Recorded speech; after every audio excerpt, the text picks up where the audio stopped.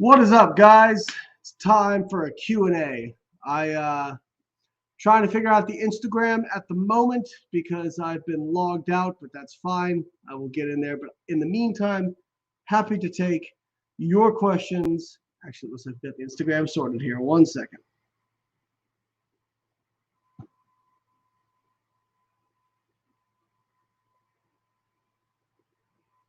Okay.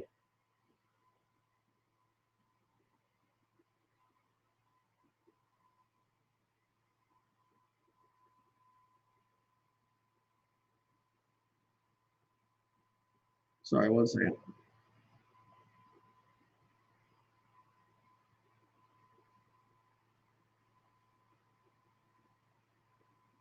Okay. What's up, Tommy? How's it going? All right, let me get on the Instagram here and we'll get after it. And away we go. In the words of the Joker, and here we go. Actually, that screen's a little kind of.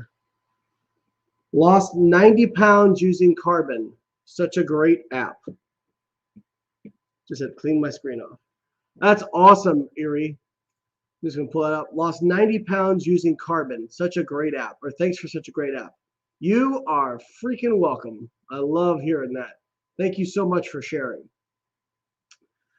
On Instagram, if you are just joining, if you would not mind, if you ask a question, drop it in the little question thing so I can pull it up for everybody else. And I'm going to love chatting with you all and helping you with your nutrition and maybe, just maybe, giving you just a touch of tough love when you need it. So if you have questions about the app, if you have questions about nutrition, please throw them up. I'm here to answer them for you, hopefully make your lives just a little bit easier, and looking forward to chatting with you all. So hit me with your questions. Does Carbon track fiber intake? Yes, it does. All you need to do is on the home diary page, next to the 3 circles to the lower right-hand side, there's a little lowercase I for info. If you press that, it will bring up your micronutrients, including fiber. Thank you, Lorraine. Appreciate that. Yes, when people compare us to MyFitnessPal, I'm like, but MyFitnessPal doesn't coach though. They're like, oh, there's more foods in MyFitnessPal. Yeah, because they have a user-generated base of foods, many of which are inaccurate. But for what MyFitnessPal did and what it started for, fantastic, and it was free for a long time. So I'm not going to dog them, but we're just a different app. Like ours coaches you through the process of whatever your goals are, and I think that's really important. All right.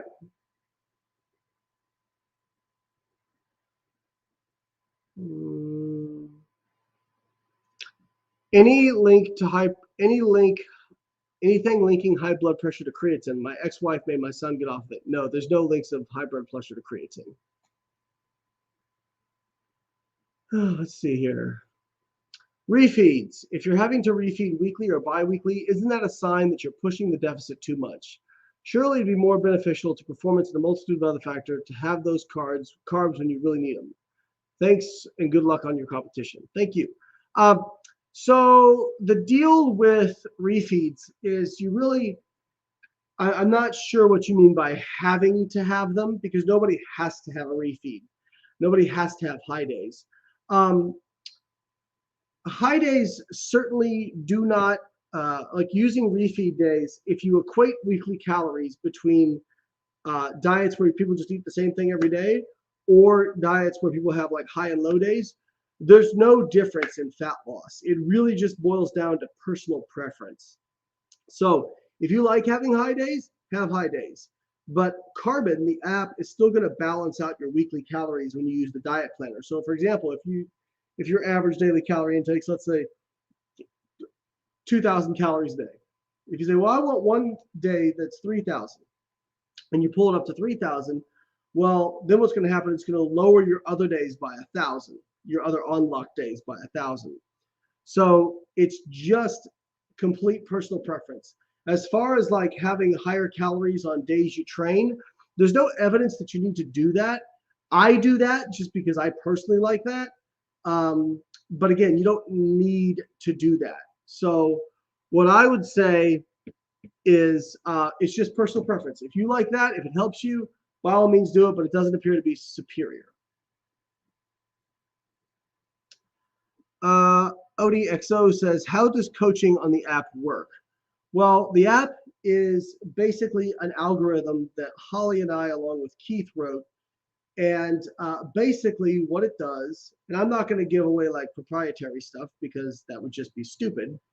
But essentially what it does is it tries to find a good estimate of your daily energy expenditure. That's the first thing it needs. Then it's going to look at, okay, what is your goal particularly, right? Did you pick fat loss, muscle gain, maintenance, reverse diet? Then it's going to look at, okay, well, what calorie level above or below your maintenance or your total daily energy expenditure do we need to set at to hit the rate of either weight loss or weight gain or reverse dieting that we're targeting? And then it's going to start your calories there. And it's going to give you enough protein to maximize muscle retention. And then the remainder of the calories left over after you substitute out protein are going to be distributed to carbs and fats based on your individual dietary preference that you select. You can always go into dietary preference and actually use the slider as well to kind of customize that a little bit more. Then each week, if you are logging your food, in fact, you don't even need to log it in Carbon. You can log it in another app if you wanted and just enter it as a quick ad at the end of the day. But if you're logging in the app, and you are weighing in daily, which is what we recommend. We recommend logging your weight daily if you can. You don't need to. You only need it once a week, but daily makes it much more accurate because it takes the average. So if you're logging in the app, can you guys still hear me? Can you guys still hear me? I just had somebody try to call me.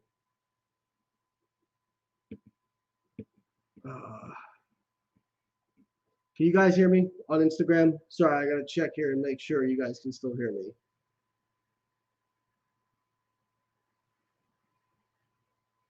Instagram, talk to me.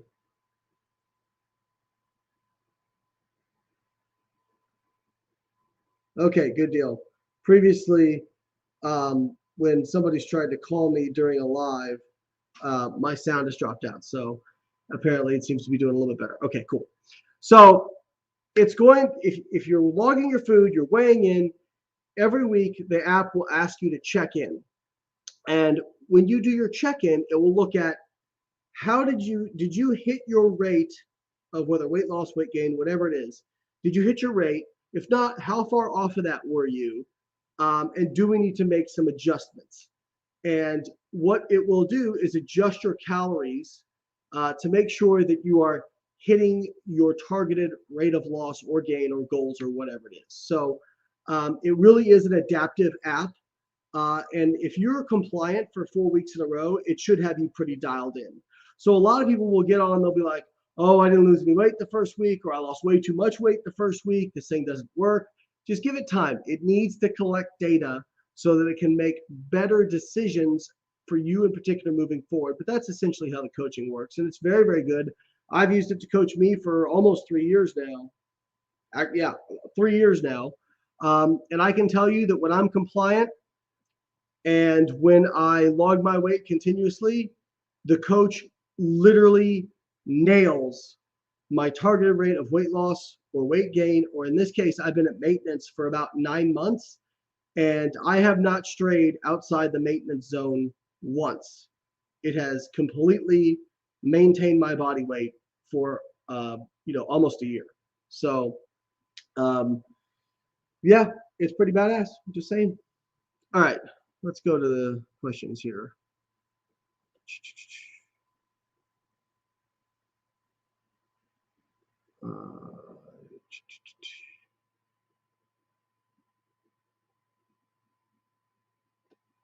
What if I have no choice but to weigh myself till the evening after a day's worth of food? Will it mess up the coach? First off, I would say, why do you have to weigh in only in the evening? I mean, it doesn't really, I'd like to hear the explanation. So please, resubmit another question here, because I can't think of anything, and maybe I'm foolish, but I can't think of anything where somebody can't hop out of bed and just hop on a scale. So let me know, because it won't mess up the coach, but it's introducing a level of error that I don't think is really necessary.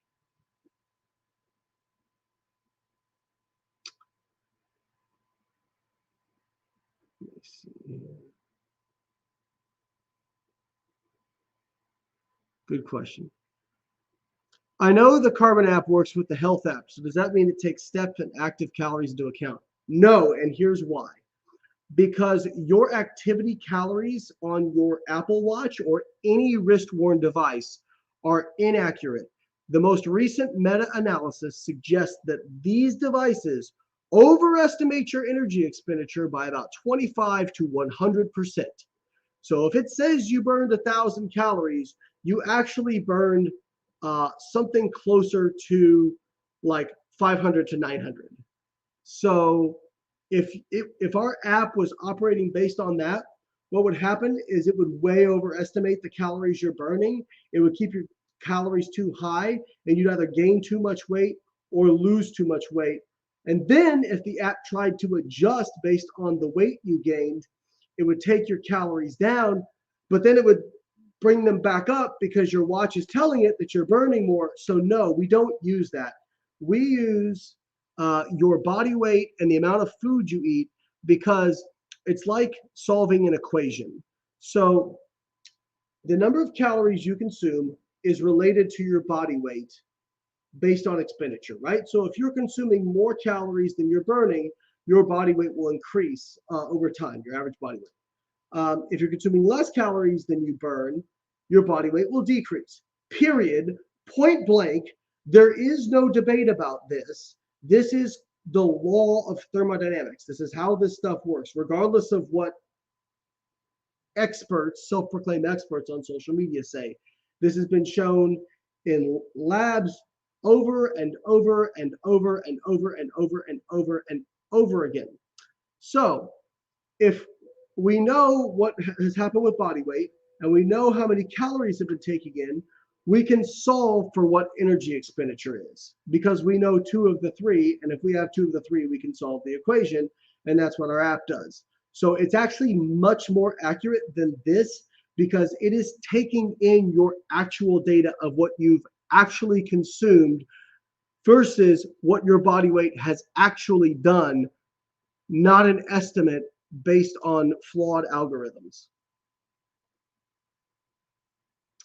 Somebody said, how close to stage prep could Carbon Diet Coach get us? We've already had probably well over 100 people, if not way more than that, use the coach for contest prep. And we've had people win pro cards. I think there's been at least 3 or 4 people who've won pro cards.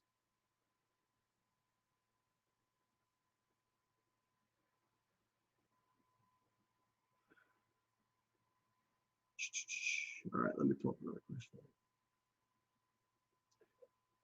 Are you able to create and save recipes in Carbon? Yes, you absolutely can. Just go to those 3 lines in the lower right-hand corner of your main diary page, click Create Recipe, and create your recipe. And pro tip, what you can do is, if you have a meal that you tend to eat quite a bit and you don't want to manually add each ingredient, like for example, let's say you eat the same breakfast every day, you can just create a recipe out of your breakfast and then just add that as a whole meal without having to add each individual ingredient. How does the coach adjust for water retention? I'm sodium sensitive, plus on creatine 5 grams a day. My weight can fluctuate up to 5 pounds in a matter of days. Again, if you're weighing in every single day, then the coach is going to take the average of those days. So one weird weigh-in shouldn't mess you up too much. However, if you are sodium sensitive, then you probably need to try to limit your salt intake to a certain amount to avoid large fluctuations, and quite honestly, to avoid the possible cardiovascular negative effects. As far as creatine, is once you've taken creatine and once you continue to take creatine, the water retention isn't going to change. It's going to be the same. So once the app's adjusted to that, it's not going to be an issue.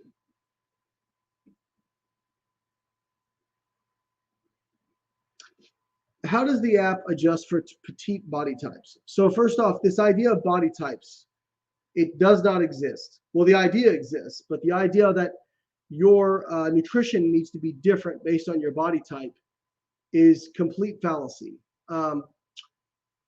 You will have less lean mass, which means that you'll need less calories than somebody who comparatively has more lean mass. But it doesn't change the principles of nutrition. The principles of nutrition still hold. But this idea of endomorph, ectomorph, et cetera, complete nonsense.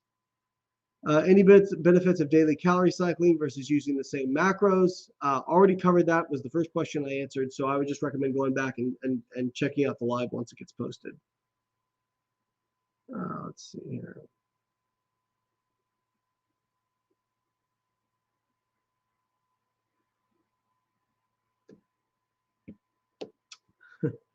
Can it do anything we can't do by tracking food and weighing and adjusting calories ourselves? No. But I could also make that argument for any coach. So no, you can do all that stuff. But I'll tell you what it does. It takes the mental pain out of it, because I don't know about you, but I'm an emotional moron like most people, where when it comes to somebody else, sure, no problem. When it comes to myself, I do dumb stuff all the time. This is why you can have really good financial advisors who make really dumb decisions with money. It's why you can have registered dietitians who are overweight or obese. It's why you can have people who are psychologists who have psychological disorders. Like, just knowledge is not enough to get an outcome. You have to apply that knowledge, but most people tend to be really horrible at enforcing applying that knowledge to themselves. And that's why coaches can be beneficial, and that's why the app can be beneficial, even if you know what to do. Because most people know what to do, it's just doing it and holding themselves accountable is the difficulty. Love Carbon, finally consistent with it, and I'm dropping weight. Love hearing that. Let me see here.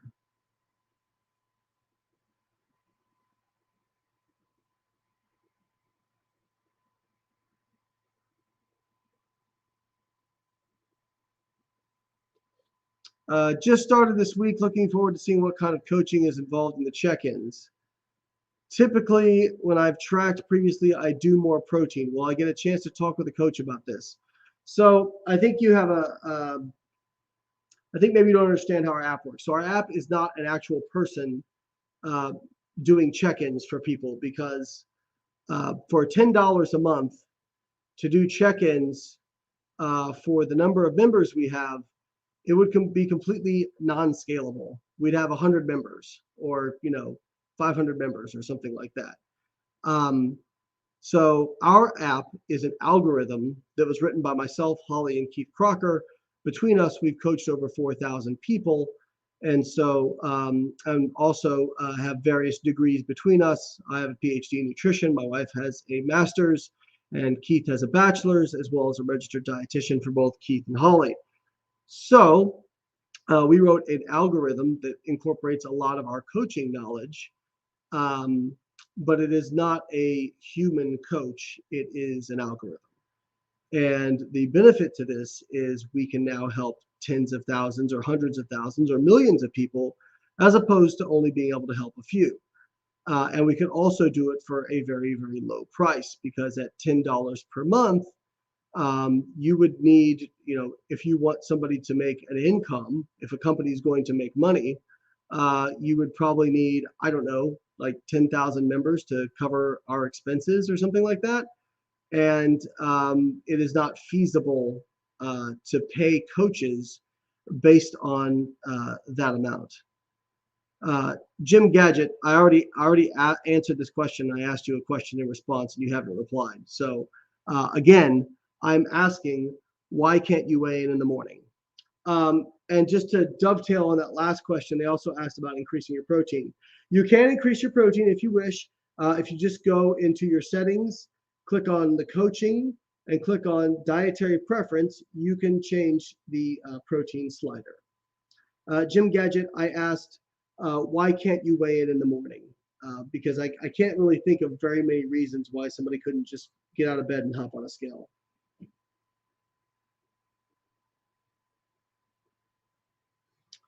Love this app and your content. Always recommend it to others. Thank you so much. Really appreciate that.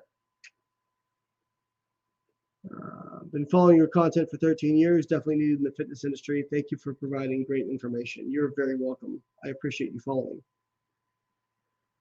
All right. So I'm going to answer this question, but some of you guys really got to get over this OCD stuff. I see some of the messages that come through support, and I'm like, 95% of the questions that I see in support are things that do not matter. As far as this, I'm new on Carbon Diet Coach. What do you think is more important, reaching protein but being 28 calories over, or staying in the deficit? So it's 28 calories. That's like nothing. But in general, if your goal is fat loss and your primary objective is fat loss, and you're going to either hit protein, go over calories, or hit calories, go under on protein, in general, if fat loss is the main priority, go for calories. However, if your goal is, I want to maintain as much muscle as possible while on fat loss, then hit protein and go over on calories with the understanding that it will slow your fat loss down slightly. 28 calories isn't going to slow it down for anything. Now, if you're in a gaining phase, for example, and your goal is to gain as much muscle as possible, then I would say hit the protein, go over on calories, and just understand you may add a little bit of extra body fat. But you really just have to kind of like have that conversation of like, what's the priority for you? But 28 calories is not something I would stress about.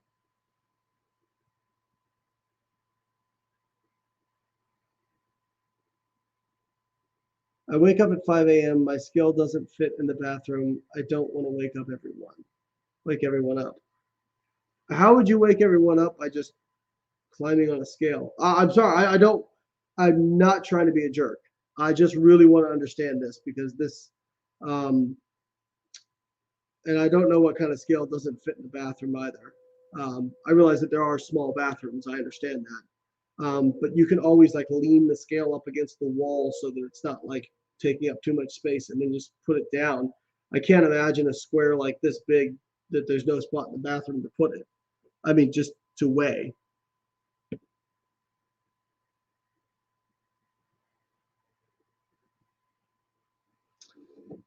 It always stumps me when people are like, how do I get more carbs? How do I get more fats? Eat more, eat larger portion sizes of what you're eating.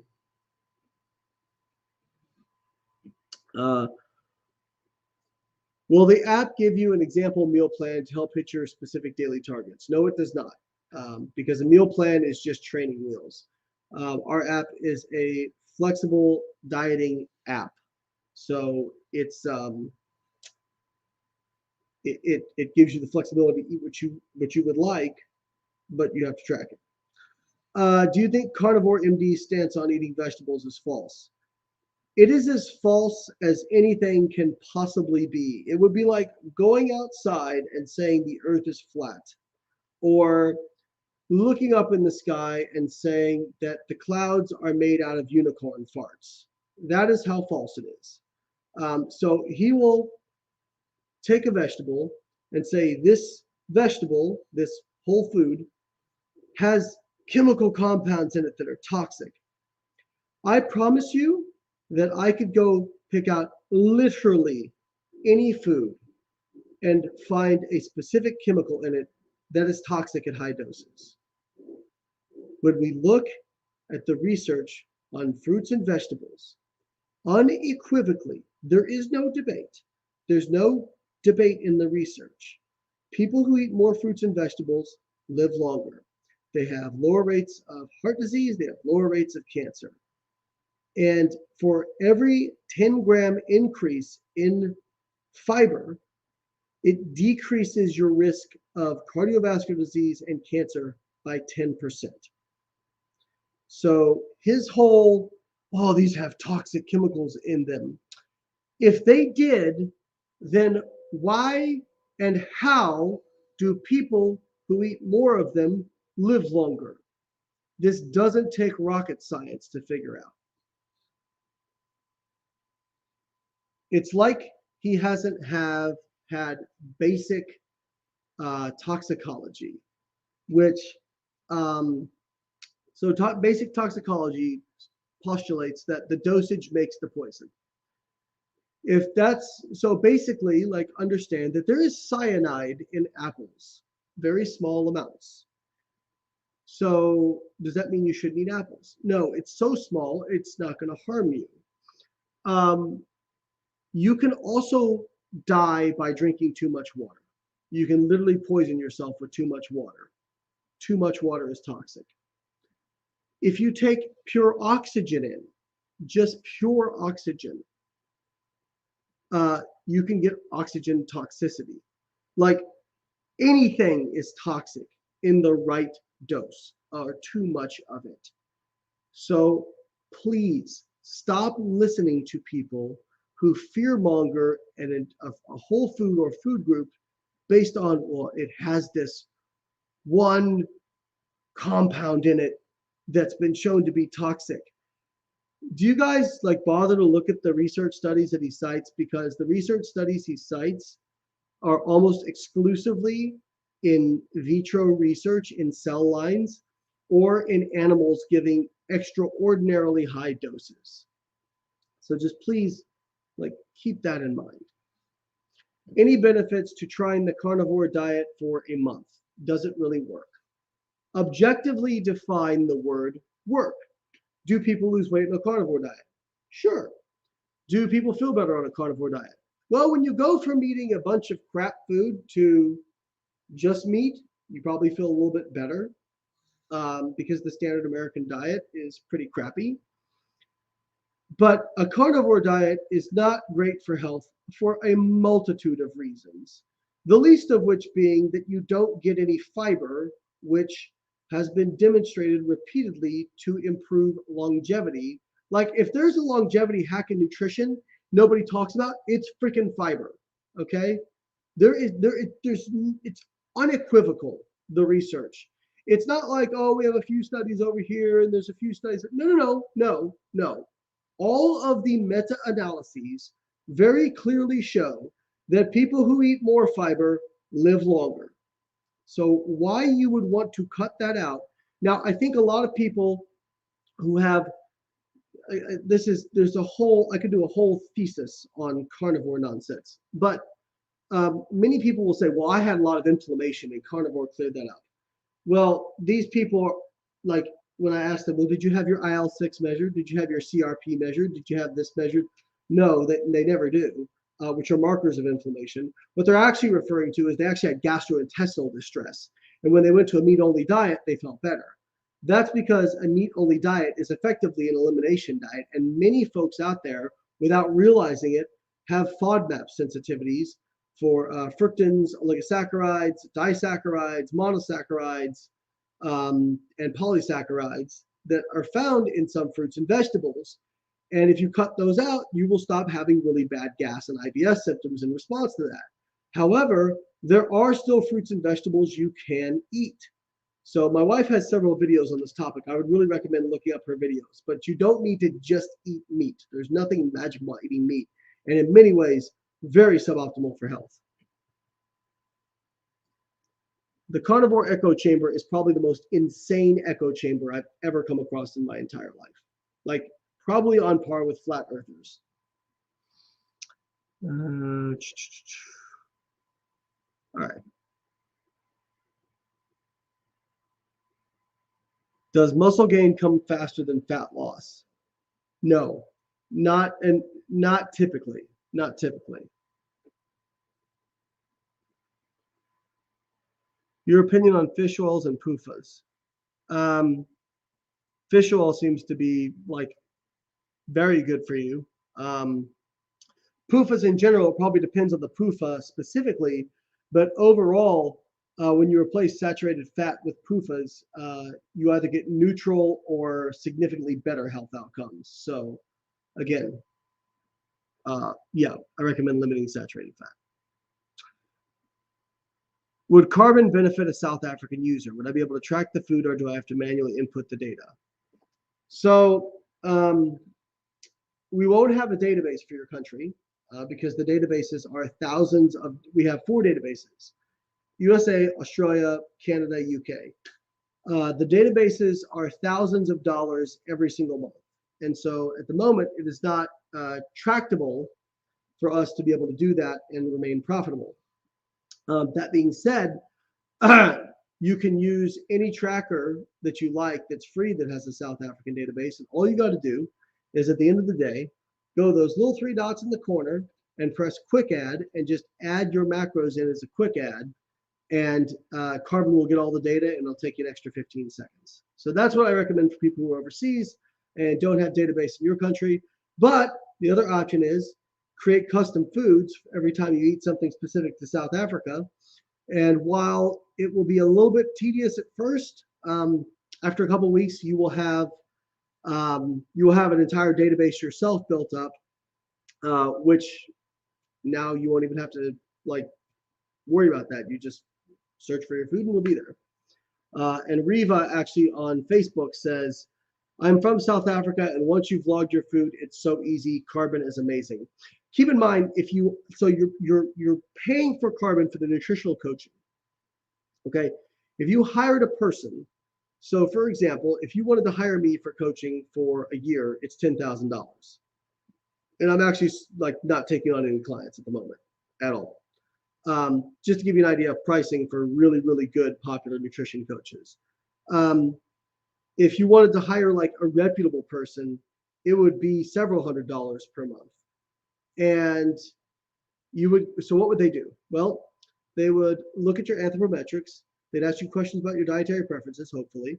They'd ask you about your goals, and they'd formulate a plan, send you that plan, and they'd adjust that plan based on your feedback each week, which is exactly what Carbon does for $10 a month. Now, that coach you hired would also not come with a food tracker. Carbon comes with a food tracker for your convenience. Now, it may not be have a database in your country, but again, there's still options for you in terms of doing custom foods or just tracking somewhere else and entering as a quick add at the end of the day. And you're getting nutrition coaching for $10 US per month, which you're not going to find cheaper anywhere.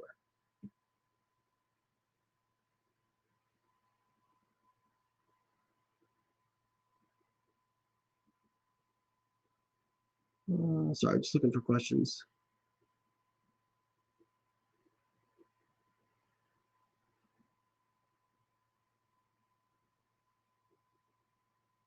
You and your wife are both awesome. Came across your channel 2 hours ago, and I've been watching you since. Really wish I'd have found you 6 years ago.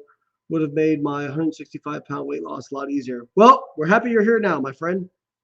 Welcome to the science phase, science zone.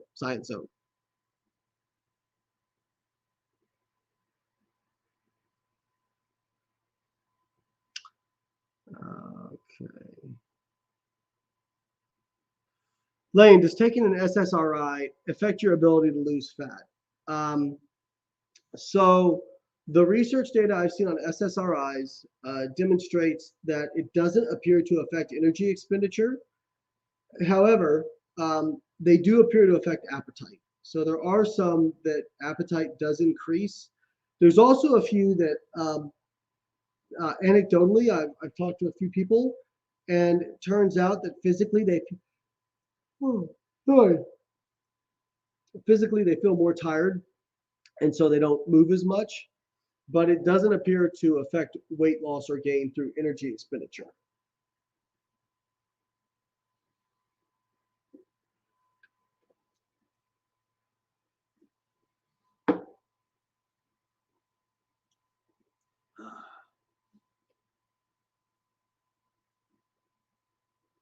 This is a good one. No question, but thanks for changing my life. I went from being a low carb insulin believer into someone who only believes you now. By the way, I started carbon this week and looking forward to reaching my weight loss goal. Awesome. Well, I wouldn't just believe me. There's a bunch of people out there that are really great. I would look at um, my the people I follow for some more great people to follow. Do you recommend fish oil or krill oil? Both are good. There's some evidence that krill oil may be more bioavailable, but there's some disagreement between the studies. So I would say if they're similar in pricing, that krill oil might be your better bet.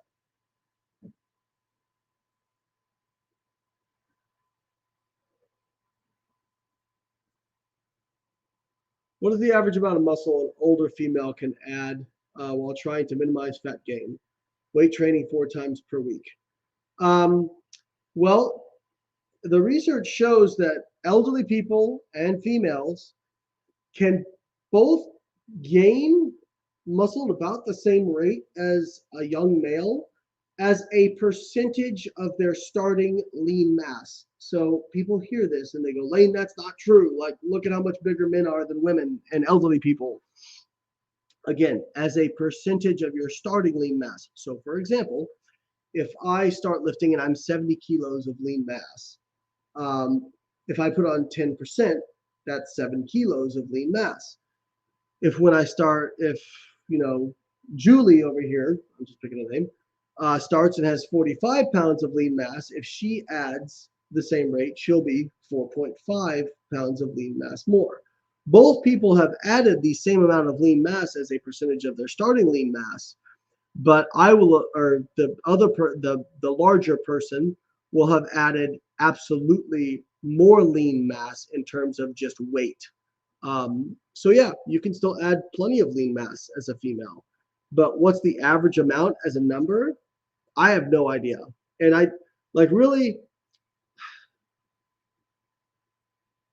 all right, so here's some tough love for you guys, because when I get this question, I know what the reasoning behind it is, because I used to think this way. A lot of people don't want to do the work, and I don't know if this is the case with you, so I'm making an assumption, but I know for a lot of people, they'll do the work if they know that there's an outcome that's guaranteed. If I train hard 4 days a week, and I do that for a year, I'll gain X amount of lean mass. And so I'll do the work now because I know I have a guaranteed outcome. What people are really bad about is doing the work that's necessary to reach their goals with absolutely no guarantee of the outcome. And I'm telling you, that is the bare minimum requirement if you want to achieve your goals. You have to be willing to do the work with absolutely no guarantee of any outcome. And most people who struggle, it's because they do not trust the process. And so they bail on it very, very quickly because they get a couple weeks in and their body weight fluctuates or they have a setback and they go, oh, yeah, it doesn't work for me. Okay, I'm out. And the reality is perseverance, overcoming obstacles, hard work, consistency, and dogged determination are the absolute bare minimum for you to achieve your goals. I'm sorry. I wish it was easier. It's not. I wish I could do the work for you. I can't. But what I will tell you is maybe you're never going to get to that picture you have in your mind of what you want for your goals.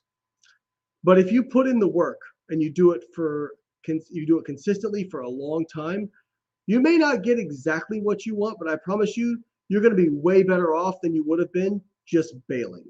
So you got to be willing to do the work regardless. And honestly, that's the best piece of advice I give a lot of you guys is just commit to the work. I mean, when I first got into bodybuilding, um, I had really, really small legs, like really small legs, like um, embarrassingly small. And it was really frustrating because now for the first like year into bodybuilding, I didn't really train them hard. But then once I decided I wanted to compete, I started training legs hard. I would absolutely obliterate my legs. and they just didn't seem to grow. Even after 3 years of really hard training, my legs were still really horrible for bodybuilding. And so I got to the point where I could still remember having this discussion with myself. I was in undergrad school at the time. And I thought, maybe this isn't for me. Maybe I just can't get big legs. And then I thought, yeah, but I haven't given it everything I have. I haven't given it everything, not yet. And I committed to myself, I am going to do this for 10 years. I'm going to do this for a decade. I'm going to give it everything I have. And if at the end of that I have small legs, then okay, I will allow myself to quit. So I did it for 10 years. And funny enough, I didn't have small legs at the end of 10 years. In fact, before my first pro show, I was doing some posing in front of a judge who was a judge for the organization I was competing with. And I was kind of talking to them and saying, I know my legs are a weakness, but like I do this to kind of like try and hide them, whatever. And they stopped me and they said, "What are you talking about? Your legs aren't a weakness." And I was like, whoa. And 10 years. And then went on later, I guess 15 years after I made that pact with myself, I set a world record in the squat. I squatted 668 pounds. And I'll never forget this because my coach at the time was somebody who had followed me from the bodybuilding.com forums where I used to post those pictures of having scrawny legs.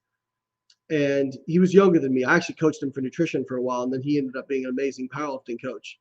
And so he coached me to the world championships.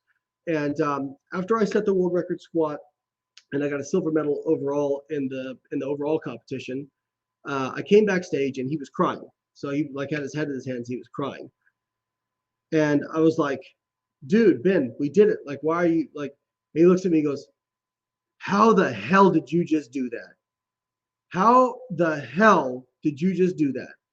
You were the kid on bodybuilding.com that everyone made fun of for having skinny legs, and you just set a world record in the largest powerlifting organization at the most prestigious meet in powerlifting. How in the hell did you do that?" And you know how I did it? It was the work and being willing to commit to the work without a guaranteed outcome.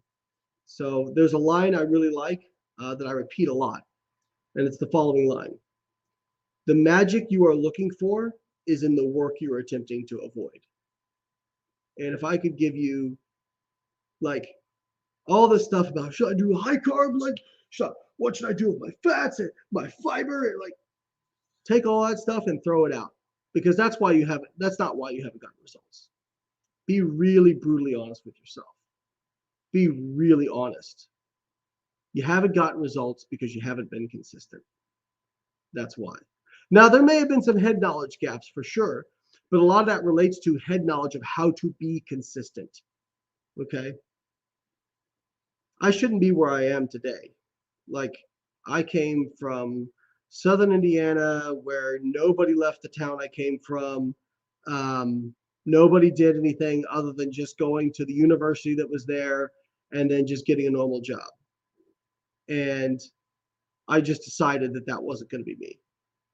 And I decided that the way I could change my life was through hard freaking work and continuously focusing on overcoming obstacles. And that can be really hard if you're somebody who's never had the confidence to overcome an obstacle or don't even know how. And I don't have the time to get into it, but honestly, you just have to keep showing up. You have to keep showing up. That's it. Like, I know it's hard. I know it's really, really hard. But I can tell you what, quitting isn't going to make it easier. I can tell you that. So I know that was a really long rant and ramble, but I feel like some of you guys really need to hear that.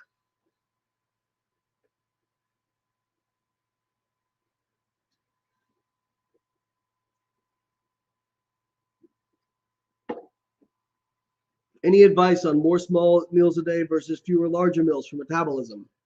Makes absolutely no difference. None. Zilch. Zero.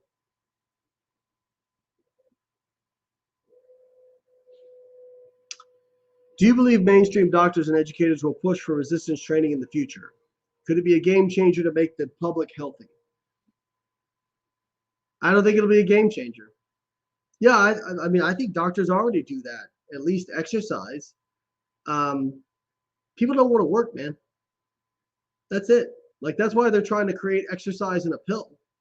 People don't want to work. They want to hack their way around hard work. They want to science their way around hard work. Listen, I'll tell you this. I have met some people who were brilliant, like programmers, could take you down to intricate detail in a training program and whatnot, and they just didn't work hard. And I've known people who didn't know jack about programming. And you know who gets better? But they trained really, really hard. You know who got better results? The people who train really, really hard, knowing nothing about programming. The magic you're looking for is in the work you're trying to avoid. Not you specifically, I'm saying the quote. How can you convince people to eat healthy if they struggle to do it but want to improve? I don't know if it's about convincing. Again, I think people, most people are owned and governed by their habits. And most people don't back up what they say with actions. So they will say something like, I really want to lose weight, or losing weight is my priority. And then they will act in such a way that it is actually not a priority. And so if you say something is a priority for you, look at your choices, look at the actions you take, and then ask yourself, is it actually a priority?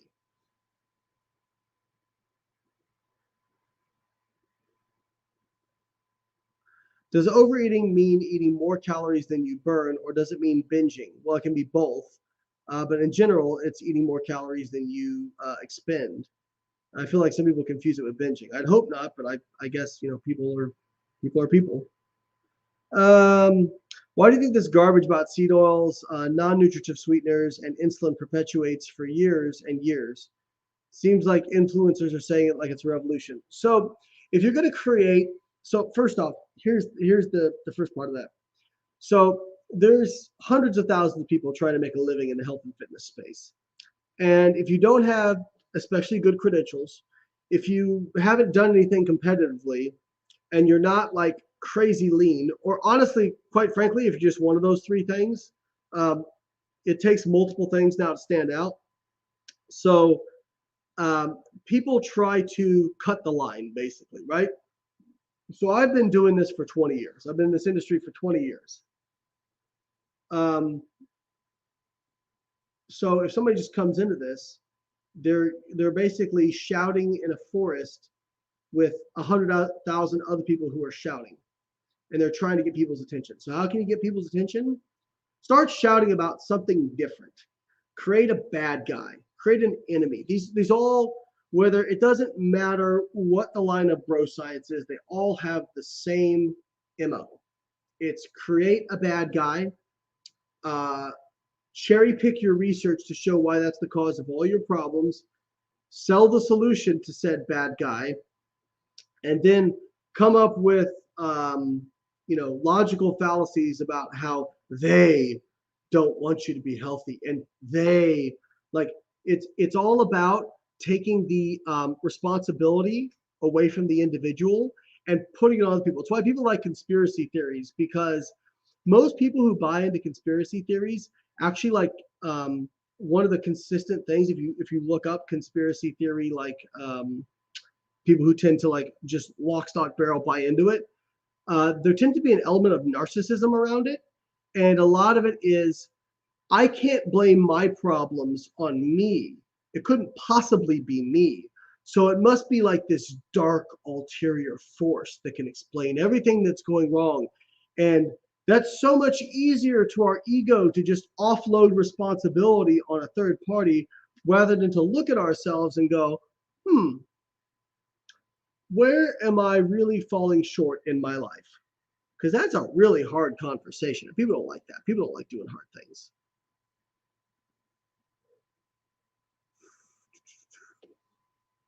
Let's see.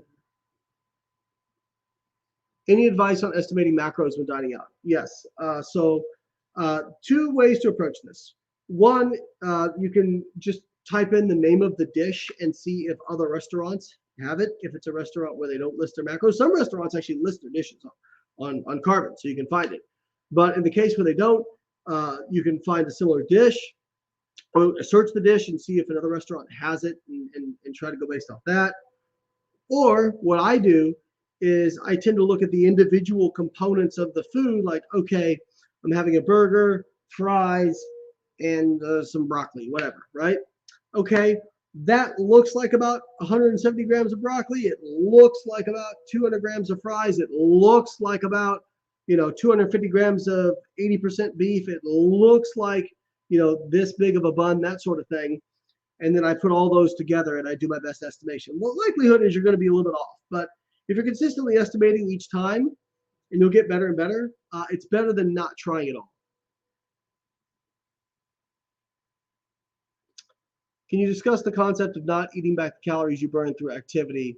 I already talked about that earlier, and why we don't incorporate data from like Apple Watches and stuff. So I would just, I think it's like the second or third question I answered. So when this gets posted, I would just go back and watch it.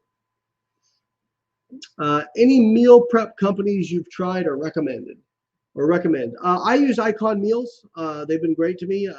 They're awesome, but there's a bunch of them out there. I would just try a bunch of different ones and see what you like, what meals you like, and kind of like what service works for you. Is there a way to estimate cooking oils? You can basically weigh the pan beforehand and then weigh it after and see how much, or sorry, you can weigh the jar of oil before, put it on, weigh it after, and then subtract whatever's left in the pan when you're done cooking, and whatever the difference is going to be how much cooking oil was put into the food. Okay, guys, that's it. I'm Layne Norton, co-founder of Carbon Diet Coach app. If you guys are looking for customized nutrition coaching for less than $10 a month, you cannot do better than our app. It's amazing. I use it to coach myself. I'm using it to coach myself for world championships. My wife used it to coach herself for her world championships. We've had over probably 100,000 users by now in terms of total. And we've just had so many amazing testimonials. We've had people win pro cards with the app. We have pro athletes who use the app. Lando Venata, a UFC fighter. Brian Cushing, former NFL player. We've got tons of people who love the app. So make sure you download, subscribe, check it out. You will not be disappointed. Hope you guys enjoyed this live, and I will catch you next time. Hope you all have a great weekend. Thank you so much.